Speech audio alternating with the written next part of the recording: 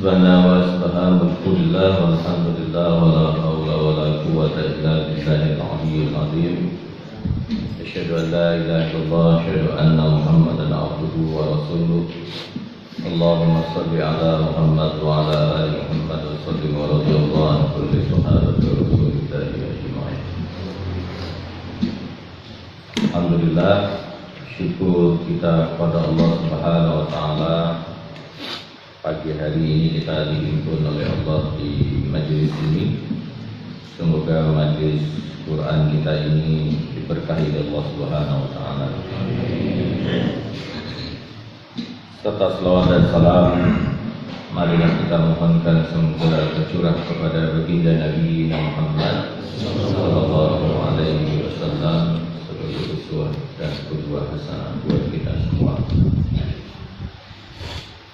Bapak Ibu yang dimuliakan oleh Allah Subhanahu wa taala, kita lanjutkan kembali kajian tafsir kita masih di surat Al-Bayyinah. Insyaallah kita lanjutkan di ayat berikutnya, wa ma umiru illa liya'budullaha mukhlishina lahuddin hunafa'a wa yuqimus salata wa yu'tuz zakata wa dzalika dinul qayyimah. Kemarin kita sudah menjelaskan tentang apa itu ibadah. Wa ma umiru illa liya'budullaha mukhlishina lahuddin. Karena di ayat berikut ayat sebelumnya, wa ma tafarraqal ladzina utul kitaba illa min ba'di ma ja'ahumul bayyinah. Orang-orang Yahudi, orang-orang Nasrani itu wama, mereka tidak akan terpecah belah. Wama tafarraqul ladzina utul kitab, sebagaimana yang dijelaskan oleh Ustaz Aswin kemarin, bahwa mereka itu sebenarnya pernah mendapatkan kebenaran ya, dari kitab-kitab mereka, tapi pada akhirnya mereka terpecah belah. Baik itu ketuhanannya, ketauhidannya, baik itu di wilayah syariatnya, dan itu mereka akhirnya terpecah belah. Di Nasrani dulu ada syariat untuk bersunat, sunat ya, sunat bagi laki-laki. Namun pada akhirnya itu hilang dan mereka menghilangkan syariat itu. Di kitab mereka mengakui akan datang nabi terakhir bernama Ahmad. Namun apa yang terjadi ketika Nabi Muhammad datang kepada mereka menolak Nabi Muhammad sebagai seorang rasul. Illa min ba'di. Nah, kalau di ayat yang dijelaskan oleh Ustaz Aswin kemarin dijelaskan afala ta'qilun. Jadi apakah kalian setelah diberikan kebenaran itu kenapa tidak bisa tunduk? Akal itu kan sifatnya tunduk, Mas. Jadi ilmu itu semakin dia mendapatkan sisi yang benar, dia sebenarnya semakin tunduk ya, semakin tawaduk, semakin khusyuk. Semakin ilmu itu dia jelaskan dalam surat Al-Alaq itu, Iqra bismi rabbikal ladzi khalaq. Akhir dari surat Al-Alaq itu sebenarnya yang diinginkan oleh Allah, ilmu itu wasjud waqtarib. Ilmu itu semakin dia didapatkan, diperolehkan senyawa dengan yang disebut oleh Allah, wa ma umiru illa liya'budullaha mukhlishina lahuddin. Sesungguhnya dia semakin dekat dengan Allah dan semakin tunduk kepada Allah Subhanahu wa taala. Kata Allah, kalau demikian halnya, kata Allah, kalian semakin jauh dengan Allah Subhanahu wa taala. Illa min ba'di ma ja'atkumul bayyinah. Tidak akan kalian peroleh ya, tidak akan kalian peroleh, baik itu sisi tauhid, baik itu dari sisi syariat, baik itu dari sisi akhlak, kalian tidak akan dapatkan itu kecuali datang kepada kalian al-bayyin, al-bayyinah. Nah, di atas kemarin dijelaskan apa itu al-bayyinah. Rasulun minallahi yatlu suhufan mutahharah fiha kutubun qayyimah. Lalu kata Allah, kalian tadi menolak, kata Allah. Kalian tadi menolak setelah didatangkan kebenaran. Wa ma umiru illa liya'budullah. Bukankah aku menyuruh kalian itu untuk menyembah Allah? Nah, ibadah maksudnya. Kemarin kita menjelaskan apa itu ibadah. Ibadah itu adalah ismun jami'un bima yuhibbullah wa yardah. Segala sesuatu, apapun itu, Pak. Apapun itu. Orang pergi ke sawah, asalkan bima yuhibbullah, dan itu Allah ridho kepadanya, yuhibbu dicintai oleh Allah, wa yardah itu menjadi ibadah. Dalam konsep Islam, ibadah itu bukan hanya persoalan masjid saja. Semua aktivitas kita itu bisa jadi ibadah. Nah, berbeda, Pak. Ketika kita minum, ya, kita minum membaca bismillah, maka dia akan menjadi pahala. Kalau tidak baca bismillah, maka sesungguhnya kita tidak dapat apa-apa dan juga tidak berdosa selagi itu perbuatan yang tidak diharamkan oleh Allah Subhanahu wa taala. Tapi dalam Islam semua bisa jadi ibadah. Untuk apa sebenarnya, Pak? Pernyataan tadi, ismun jami'un bima yuhibbullah wa yardah.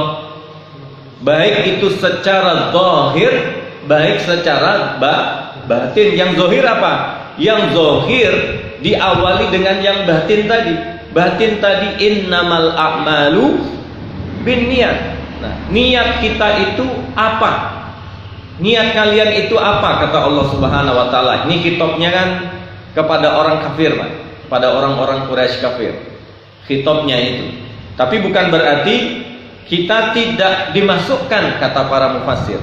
Berarti bukan orang muslim, orang mukmin tidak dimasukkan. Sesungguhnya itu menjadi pelajaran bagi orang yang muslim, orang yang mukmin. Kenapa? Liya'budu. Nah, ini kemarin sedikit sudah kita sampaikan. Semakin tinggi kita memperbudakkan diri kita kepada Allah, maksudnya dalam bahasanya para filsafat itu secara ontologis, secara hakikat, ya. Secara hakikat kita ini kan budaknya Allah. Ya, diakui atau tidak diakui. Semakin dalam kita memperbudakkan diri kita kepada Allah Subhanahu wa taala, perlu diingat, Pak, kalau di dalam teori manusia, kalau kita jadi budak berarti kan kita semakin hina. Dalam teologi Islam, dalam kajian Islam, semakin kita memperbudakkan diri kita kepada Allah, semakin ditinggikan kita di hadapan Allah. Coba kita lihat dalam surat Al-Isra. Subhanalladzi asra bi abdihi, itu kan pengakuan Allah. Kenapa Allah menggunakan bi abdihi? Itu maknanya adalah lisyaraf, untuk pemuliaan. Jadi semakin memperbudakkan dirinya kepada Allah, Allah semakin muliakan di hadapan Allah Subhanahu wa taala. Nah, itu yang membedakan perbudakan di dalam konsep-konsep lain dibandingkan dengan secara teologi keislaman. Nah, wa ma umiru illa liya'budullaha mukhlisin lahuddin. Nah, kita lihat mukhlisin. Bapak-bapak, ibu yang dimuliakan oleh Allah Subhanahu wa taala, ada dua istilah di dalam Islam. Pertama adalah mukhlis, yang kedua adalah mukhlas. Apa perbedaan antara mukhlis dan mukhlas? Kalau mukhlis itu orang yang sedang berproses untuk menjadi mukhlas. Nah, jadi mukhlas itu sudah ikhlas. Ya, sudah ikhlas. Jadi perbedaan antara mukhlis dan mukhlas. Kalau kita ini berproses ke sana menjadi orang yang ikhlas, namanya kita ini disebut dengan mukhlis. Nah, kalau pertanyaannya Ustaz, saya ini sekarang sudah mukhlas atau masih mukhlis? Ya, monggo diukur-ukur sendiri. Ya. Contoh, saya contohkan saja. Bapak-bapak ibu yang dimuliakan oleh Allah Subhanahu wa taala, dulu ada orang Badui yang datang kepada Nabi, "Ya Rasulullah, bolehkah aku masuk Islam?" Masih di Mekah waktu itu, belum hijrah. "Boleh," kata Rasulullah. "Kamu mau Islam?" "Iya." Akhirnya dia bersyahadat. Mulailah ketika bersyahadat itu terjadi pas akhirnya hijrah ke Madinah, diberitahukan ke budak ini dan dia akhirnya pindah ke Madinah. Sampai di Madinah kan mulai terjadi perperangan-perperangan, Pak. Dan setiap terjadi perperangan, budak ini selalu ikut. Nah, suatu ketika kemenangan futuhat itu didapatkan oleh kaum muslimin dan mendapatkan ghanimah. Ghanimah ini diterjemahkan harta rampasan, tapi saya tidak setuju kalau itu dikatakan harta rampasan. Maksudnya terjemahannya maksud saya, karena terjemahan harta rampasan berarti kan Rasulullah merampas. Nah, jadi Rasulullah tidak pernah merampas. Ghanimah itu harta yang ditinggalkan dalam perang, bukan harta rampasan, bukan harta yang dipaksa diambil, bukan. Tapi karena perperangan dan mereka kalah, itu namanya ghanimah. Makanya kalau diterjemahkan jadi masalah sebenarnya. Nah, setelah itu Rasulullah SAW membagikan ghanimah itu, termasuk ke budak ini. Jadi saat pembagian harta rampasan, kata Rasulullah, "Mana budak si fulan?" "Gak ada ya Rasulullah." "Cari," kata Rasulullah, "bawa hal ini, ghanimah ini, dan berikan kepada dia." Dan dicarilah dan ketemu, Pak. Ketemu, dikasihkan. "Apa ini?" "Mahadihi." "Ini apa?" kata dia. "Ini harta rampasan," ya, terjemahan tadi ya. "Ini adalah ghanimah." Kata sahabat itu, "Aku berjuang bukan karena ini. Aku berjuang bukan karena ghanimah ini." Kata sahabat, "Kami diperintah Rasulullah memberikan ghanimah ini kepada engkau. Terserah engkau, terima dulu," katanya kan gitu. Terima, akhirnya dia ambil dan beliau budak ini datang ke Rasulullah SAW. "Ya Rasulullah, aku masuk Islam bukan karena ini. Lalu apa yang engkau inginkan? Apa yang engkau inginkan?" "Ya Rasulullah, setiap aku datang ikut berperang denganmu ya Rasulullah, hanya ada satu hal yang aku inginkan." Apa kata Rasulullah SAW?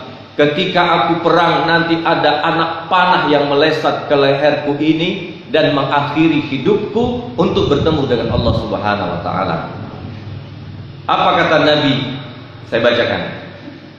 "Anta saddaqallah wa tasduqan." Kalau memang itu keyakinanmu kepada Allah, maka Allah pun akan mengabulkan apa yang engkau inginkan. Lalu kata Rasulullah, "Shadaqallah fa sadaqahu." Maka Allah akan menepati janjimu itu sebenar-benar penepatan. Maksudnya Allah akan kabulkan, kata Rasulullah. Ikut perperangan berikutnya, ikut perperangan. Biasanya Pak, kalau ada yang wafat syuhada di dalam perang, para sahabat itu menunjukkan para sahabat itu. "Ya Rasulullah, sebulan wafat ya Rasulullah." "Mana?" kata Rasulullah. "Ini ya Rasulullah." "Mana?" "Ini ya Rasulullah." "Ini ya Rasulullah." "Ini ya Rasulullah."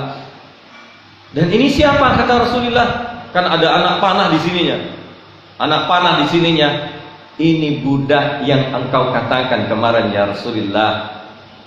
Dia bukankah meminta kepada Allah Subhanahu wa taala, tidak ada yang dia minta, tidak ada ghanimah yang dia minta. Yang dia minta adalah anak panah yang meleset di lehernya Rasulullah." Apa kata Rasulullah? "Shadaqallah fa sadaqahu." Bapak-bapak, ibu-ibu yang dimuliakan oleh Allah, umur kita yang Insya Allah yang hadir di sini rata-rata di atas 40. Maka memulailah kita. Maksud saya, membawa diri kita pingin apa untuk menutup hidup kita. Nah, ini kejujuran, Pak. Ini kejujuran. Bagian daripada apa? Keikhlasan kita untuk bertemu dengan Allah Subhanahu wa taala. Keikhlasan kita untuk mengakui bahwasanya Allah Subhanahu wa taala adalah Tuhan kita.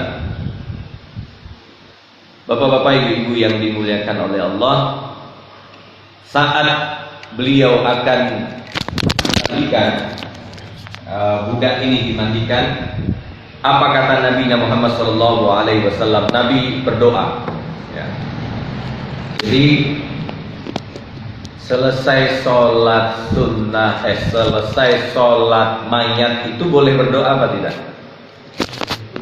Boleh. Karena Nabi berdoa. Doa untuk budak ini. Apa kata Nabi Muhammad? Allahumma hadza abduka. Ya Allah, ini hambamu ya Allah. Ini hambamu ya Allah. Kharaja muhajiran. Dia keluar menjadi seorang yang hijrah dari kota Mekah dan Madinah untukmu ya Allah, fi sabilika, dan untuk jalanmu ya Allah. Faqatala, dan akhirnya dia wafat. Para ulama menjelaskan faqatala menunjukkan apa yang dia inginkan di awal dari perjuangannya itu Allah kabulkan. Ana syahidun ala zalika, dan aku menjadi saksi tentang itu ya Allah. Maka perlu kita menabung ya Pak, menabung untuk akhirat. Supaya apa? Radhiyallahu anhum wa radu an. Kenapa? Karena masing-masing kita ini punya cita-cita, Pak. Punya cita-cita. Kalau Nabi Muhammad apa cita-citanya? Seperti yang ditanyakan oleh sahabat kepada Nabi. Apa kata Nabi? Liqa'u Rabbi. Kata Nabi, cita-citanya apa? Bertemu dengan Tuhannya. Saya rasa wa ma umiru illa liya'budullaha mukhlisin. Umar bin Khattab itu di Madinah ya Pak. Setelah Rasulullah wafat, itu kan beberapa hari sebelum wafatnya Umar bin Khattab, Umar itu berdoa, dan doanya itu sengaja dikeraskan oleh Umar, sehingga para sahabat di belakang itu mendengarkan. Apa doanya Umar? Selesai sholat, apa kata Umar? Allahumma rzuqni syahadatan. Ya Allah, beri aku kesyahidan fi sabilik, di jalanmu ya Allah. Wa wafatan fi biladin nabiyyika, dan matikan aku di negeri nabimu ini. Para sahabat komentar setelah selesai doa tadi, doamu itu apa lo Umar? Wah deh doamu itu. Bukankah Madinah ini sudah aman di tanganmu wahai Umar? Kalau engkau mengatakan engkau minta syahid di kota Madinah ini, wafat di kota Madinah ini, berarti kan Madinah ini tidak aman. Pokoknya Pak, setiap sholat doa ini dikerasin sama Umar. Sahabat itu apa nih? Emang aneh, menurut sahabat itu aneh doa itu. Dan akhirnya setelah 3 hari, apa yang terjadi? Abu Lu'lu' menikam dari Majusi ini, menikam Umar bin Khattab. Jadi Masya Allah Pak. Jadi persembahan seorang budaknya Allah, hambanya Allah Subhanahu wa taala, masing-masing berbeda. Jenengan lihat pidatonya Sinwar kemarin sebelum wafatnya. Sinwar itu kan pengganti pemimpin Hamas ya, yang kemarin wafat di bom itu. Nah, salah satu yang Salah satu yang menjadi pidatonya Sinwar adalah pidatonya Umar bin Khattab ini. Maksudnya doanya Umar bin Khattab ini. Allahumma rzuqni syahadatan fis sabilik wa wafatan fi hadzal bilad. Ya Allah, berikan aku syahadat negeri ini ya Allah, negeri Palestina ini ya Allah. Begitu ternyata doa ini mentradisi di anak-anak kecil di kota Palestina itu, Pak. Jadi mereka itu kalau ditanya mau mati di mana? Di Palestina. Kemarin kan yang dibawa ke Jakarta itu anak-anak Palestina itu kan naik satu pesawat, Pak. Dikirim ke Jakarta. Rata-rata ketika diwawancara itu, apakah engkau mau tinggal di Jakarta selamanya? Tidak. Kami mau mati di Palestina. Coba bayangkan, Pak. Masih kecil-kecil, masih kelas 1 SD, masih kelas 2 SD. Insya Allah ini penginspirasi bagi kita bahwa kita pun harus punya cita-cita ingin matinya gimana di hadapan Allah Subhanahu wa taala. Asim bin Sabit itu meminta kepada Allah Subhanahu wa taala. Apa permintaan Asim bin Sabit? Ya Allah, kalau aku wafat di dalam perang nanti, ya Allah, jangan sampai mayatku ini disentuh oleh orang kafir. Jangan sampai disentuh sama orang kafir. Kata Asim ibnu Sabit, jangan sampai disentuh sama orang-orang musyrik. Kata Asim ibnu Sabit. Saat dia wafat ternyata, Pak, dia itu wafat di sisinya orang-orang kafir. Ya, istilahnya kalau ada Hamas itu masuk ke wilayah Palestina, wilayahnya orang Yahudi. Wah, Yahudi nggak punya wilayah ya. Jadi masuk ke sana dan ditembak di sana dan wafat di sana. Dan yang diminta oleh beliau waktu itu jangan sampai disentuh oleh orang-orang Yahudi. Dan apa yang terjadi, Pak? Di saat mayatnya itu mau dibawa oleh orang-orang kafir Quraisy ini, turun lebah, ribuan lebah. Jenengan pernah lihat lebah kalau mau turun bikin sarang? Wah, dia ngumpul di sana. Apa kata sahabat melihat kejadian itu? Langit itu berduyun-duyun, berkelompok-kelompok. Apa kelompoknya, Pak? Kelompoknya itu adalah rombongan-rombongan lebah. Di saat mereka akan menyentuh Asim bin Sabit, rombongan itu datang mengejar orang-orang kafir Quraisy ini. Masya Allah, Pak. Dahsyatnya penghambaan diri itu kepada Allah asalkan ikhlas. Dahsyatnya. Bahkan setelah itu apa yang terjadi, Bapak-bapak yang dilihat? Setelah orang-orang kafir ini, ada apa ini? Katanya. Di saat mereka mencoba mengambil mayatnya, kan mau dimutilasi, Pak, mau dipotong kepalanya Asim bin Sabit ini, karena ingin menjadikan saksi di pemimpin mereka. Karena Asim bin Sabit itu mereka sudah berazam, kalau Asim bin Sabit ini kita kalahkan, kita akan potong kepalanya, kan gitu. Itu azabnya orang-orang kafir. Dan apa yang terjadi? Saat lebah itu jaganya Asim bin Sabit, saat itulah Allah Subhanahu wa taala mendatangkan banjir, Pak. Maksud saya, di wilayah Saudi itu banjir itu kan jarang-jarang, Pak.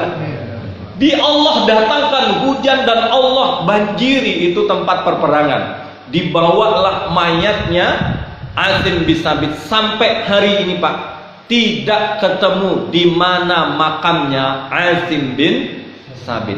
Apa ya sama dengan makamnya Pak Soekarno? Pak Soekarno kan katanya di Blitar. Di Blitar itu juga belum valid katanya. Apa benar di sana? Nah, jadi Bapak-bapak, ibu-ibu yang dimuliakan oleh Allah, orang-orang yang mukhlisin, orang-orang yang sedang mengikhlaskan dirinya kepada Allah pun, kita ini kan turun naik ya, Pak.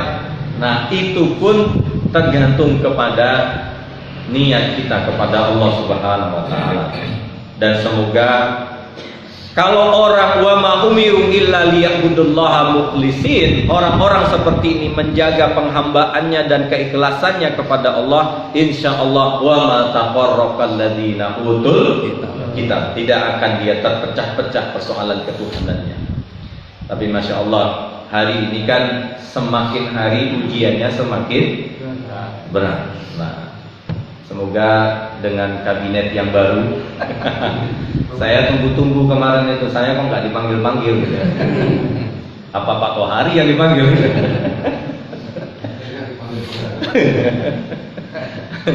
Allah a'lam bishawab. Semoga kita dituntun oleh Allah Subhanahu wa taala sampai akhir hidup kita ini dituntun dalam kebaikan. Dituntun dalam ibadah yang kita benar-benar lakukan lillahi ta'ala. Mungkin ada yang ingin bertanya atau mendiskusikan. Oh, iya, Alan. Waalaikumsalam.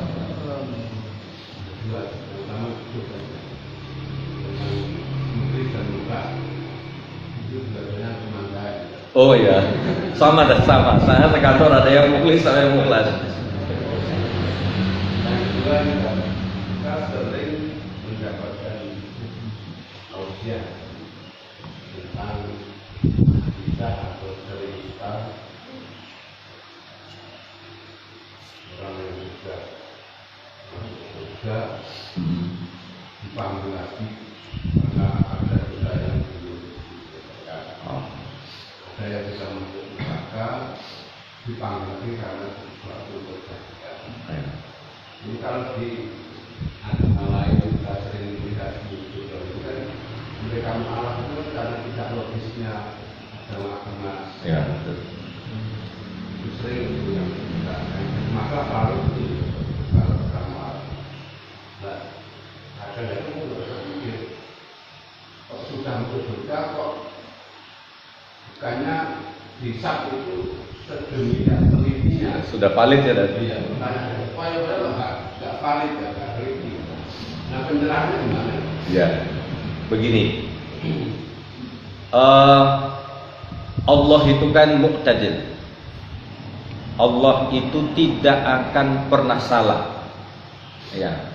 Tapi di sisi lain ada aspek keadilan Allah itu yang sifatnya bukan Allah tidak tahu ya Pak, tapi hak itu adalah hak manusia. Misalnya begini, saya punya hutang kepada seseorang, dan seseorang itu yang menghutangi saya itu ternyata waktu saya wafat, naudzubillah min dzalik, saya punya hutang dan belum selesai hutang saya. Dari sisi lain saya sudah selesai, tapi ada satu aspek yang belum selesai, yaitu kepada manusia. Keadilan Allah, Allah tidak mau mengambil hak manusia itu langsung Allah eksekusi, tetapi Allah meletakkan hak itu kepada orang yang punya hak tadi. Salah satunya adalah berhutang. Maka jangan heran ketika Nabi sebelum wafat, apa kata Nabi? Siapa yang pernah aku cambuk sengaja atau tidak sengaja, maka berbalaslah hari ini, kata Rasulullah. Apa kata sahabat Abu Aswad? Beliau mengatakan begini, ya Rasulullah, aku pernah ya Rasulullah, saat sedang berada di belakang kudamu, aku kena sabetan kuda. Ya Rasulullah, aku ingin berbalas katanya. Akhirnya ini ngakal-ngakal Pak. Lalu waktu itu ya Rasulullah, aku nggak pakai baju katanya kan gitu. Wah, akal-akalannya. Akhirnya kalau begitu, ambil Ali bin Abi Thalib cambuknya katanya, cambuk kuda itu. Diambil sama Ali. Umar udah berdiri aja Pak. Tak penggal kepala sampean. Tak penggal kepala sampean, kata Umar bin Khattab. Biarkan, kata Rasulullah sallallahu alaihi wasallam. Ternyata ya Rasulullah, aku dulu kena cambuk gak pakai baju ya Rasulullah, katanya. Setelah itu dibuka baju Rasulullah, dipeluk Pak. dipeluk oleh beliau. Ya Rasulullah, kapan lagi kulit ini bertemu dengan kulit yang mulia ini? Masya Allah. Jadi gitu tadi. Jadi kenapa ada yang dipanggil di neraka, ada yang dipanggil di surga? Karena itu hak manusia. Jadi Allah itu sebenarnya bisa saja mengampuni, tapi dalam hal ini Dalam hal ini karena itu haknya manusia, maka Allah menetapkan itu kepada manusia. Jadi begitu insyaallah. Cukup dan insyaallah. Ada lagi?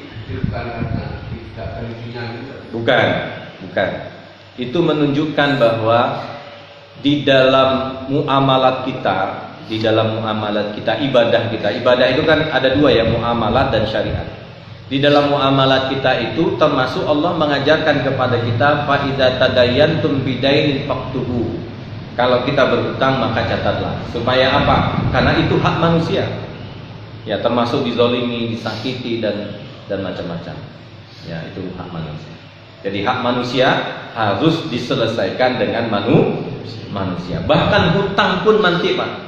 Jadi kalau kita punya hutang dan orang yang menghutangi kita tidak ridho, nah itu tidak selesai dengan ini. Bahkan kan nanti ketika kita wafat, itu arwah itu kan naik, Pak, naik ke langit. Lalu ditanya oleh malaikat langit, siapa yang kau bawa ini? Kata, si fulan, turunkan. Kata para malaikat langit, kenapa diturunkan? Kata malaikat yang bawa ruh ini, lah dia ini punya utang katanya, punya utang di BRI. Punya utang di BRI, jangan naik ke atas, kata. Naik ke atas. Sampai segitunya, Pak, tentang hak manusia dengan manusia. Mungkin ada lagi? Ya. Untuk utang tadi apa hanya uang apa termasuk janji? Tadi kalau janji itu kan berat sekali. Janji utang itu. Ya, yang dimaksud dengan al-wa'du dainun itu dia tidak zat bizat, dia hanya ahdun bi ahdin. Al-ahdu ala taklifiha. Jadi kalau janji itu sesuai dengan bebannya. Jadi kalau memang itu sudah tidak mampu ya sudah. Ya, tidak mampu ya sudah. Makanya kalau berwasiat, maka ada wasiat dituliskan kepada anaknya, maka anaknya menunaikan kalau mampu. Misalnya nanti kalau aku wafat, aku belum haji, jual tanah di sana, hajikan diriku. Nah, itu wasiat. Itu wasiat. Ya kalau tanahnya nyampe buat haji. Kalau enggak, nah kan gitu. Tidak ada beban. Kalau itu terpenuhi taklifnya, maka boleh dilakukan. Oke, kira-kira gitu. Bagaimana kalau misalkan menghapus dosa kepada orang lain, tapi kita sudah berusaha untuk mencari orang tersebut, entah itu dari kita bersofi, terus kita sudah kenal janji dia, atau kita juga pernah hutang sama dia, terus misalnya kita sudah berusaha untuk menunaikan itu tadi, tapi tidak ketemu lagi. Ya. Nah, jadi sama dengan ini. Puasa itu pas hari pertama puasa lupa makan 2 piring gitu ya. Maka boleh apa tidak boleh lanjutkan puasanya? Boleh. Nah, jadi ikhtiar kita itu sudah. Tapi kalau ikhtiar itu sudah tidak mampu kita temukan dia, maka kita akan digolongkan dalam usul fiqh disebut dengan bara'ah minazim zimmah. Dia lepas dari tanggung jawab. Ya kalau ada orang yang mengatakan para ulama, ya sedekahkan aja. Sedekahkan saja. Tapi nanti kalau ketemu orangnya, kata para ulama, harus kalian bayarkan. Harus kalian bayar. Karena itu menunaikan hak orang lain. Gitu ya. Allahu a'lam bishawab, kopinya sudah dingin. Kita tutup dengan doa kafaratul majlis.